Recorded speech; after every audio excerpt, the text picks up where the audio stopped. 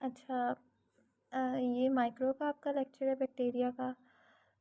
आपका माइक्रोबायोलॉजी में आपको पता है कि bio means life and micro means micro organism. Microbiology के अंदर आपने माइक्रो ऑर्गेनिजम्स की स्टडी करनी है, ठीक है।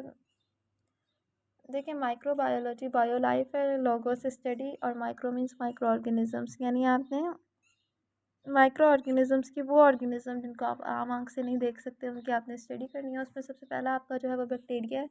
सबसे पहले अगर हम उसकी डिस्कवरी की बात करें तो वो ल्यूवेनहुक ने 1673 में डिस्कवर किया था, और उसने उनको क्या नाम दिया था, लिटिल एनिमल्स या एनिमल क्यूज़ का इन्होंने इसको नाम दिया था। फिर 1773 के अंदर एक डेनिश साइंटिस्ट था, उसने उनको बेसिलाई का नाम दिया था।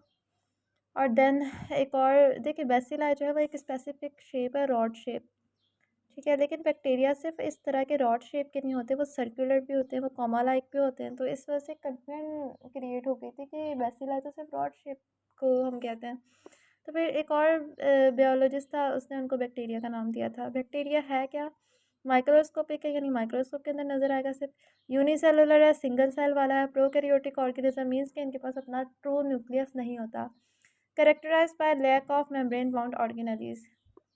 जितने भी ऑर्गेनेलीज हैं, जैसे कि माइटोकॉन्ड्रिया है, जैसे न्यूक्लियस है, जैसे एंडोप्लाज्मिक रेटिकुलम में, वो ऑर्गेनेलीज जिनके ऊपर मेम्ब्रेन चढ़ी होती है वो प्रोकैरियोट्स के अंदर एब्सेंट होते हैं।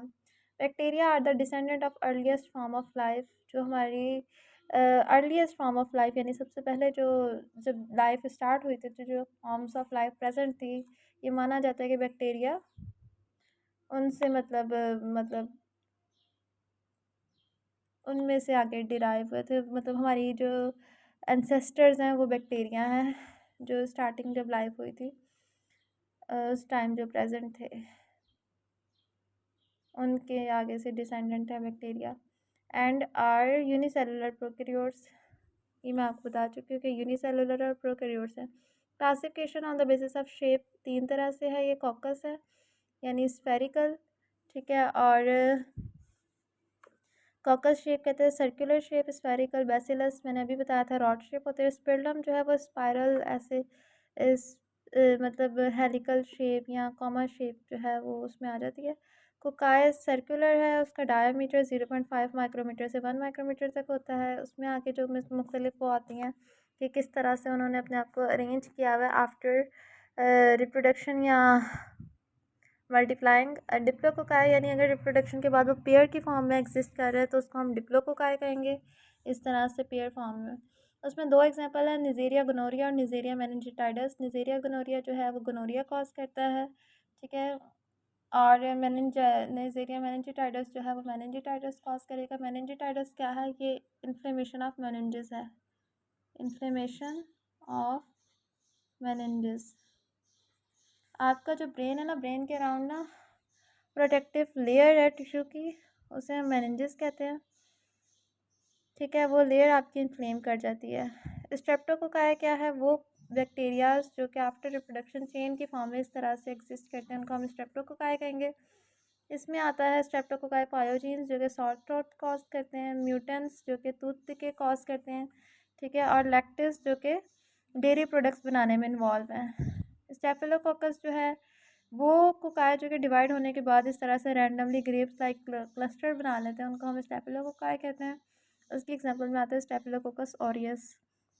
इसके बाद है बेसिलस। बेसिलस जो है ये रॉड शेप है इस तरह से, ठीक है। ये रॉड की तरह के बैक्टीरिया होंगे। इनका साइज़ 20 माइक्रोमीटर लॉन्ग भी हो सकता है, और अगर शॉर्ट कोई है तो वो 0.5 माइक्रोमीटर शॉर्ट तक भी हो सकता है। इसमें भी आपका आ सकता है डिप्लोबेसिलाई, स्ट्रेप्टोबेसिलाई। डिप्लोबेसिलाई जो कि पेयर के फॉर्म में होंगे, स्ट्रेप्टो मीन्स जो कि चेन के फॉर्म में होंगे। डिप्लो इस तरह से होंगे पेयर की फॉर्म में, स्ट्रेप्टो जो है वो चेन की फॉर्म में हो सकते हैं, यानी दो से ज़्यादा इस तरह से। इसके बाद है स्पाइरल। स्पाइरल में भी आगे आ जाते हैं, तीन तरह के आती है, विब्रियोस, स्पिरला और स्पायरोकीट्स। स्पायरोकीट्स, ठीक है। विब्रियो जो है वो कर्व रॉड्स हैं, यानी कॉमा की तरह के होते हैं। उसमें जो सबसे कॉमन एग्जांपल है वो है विब्रियो कॉलरा, जो कि हैज़ा भी करवाते हैं कॉलरा। और स्पिरला जो है, इसमें क्या होता है, थिक, ये भी हेलिकल शेप्ड है लेकिन इनकी थिक रिजिड सेल वॉल होती है, ठीक है। यानी इनकी जो सेल वॉल है वो थिक होती है और इनके पास फ्लैचुला होता है। इसकी एग्जाम्पल है स्पिरुलिना वॉलिटन।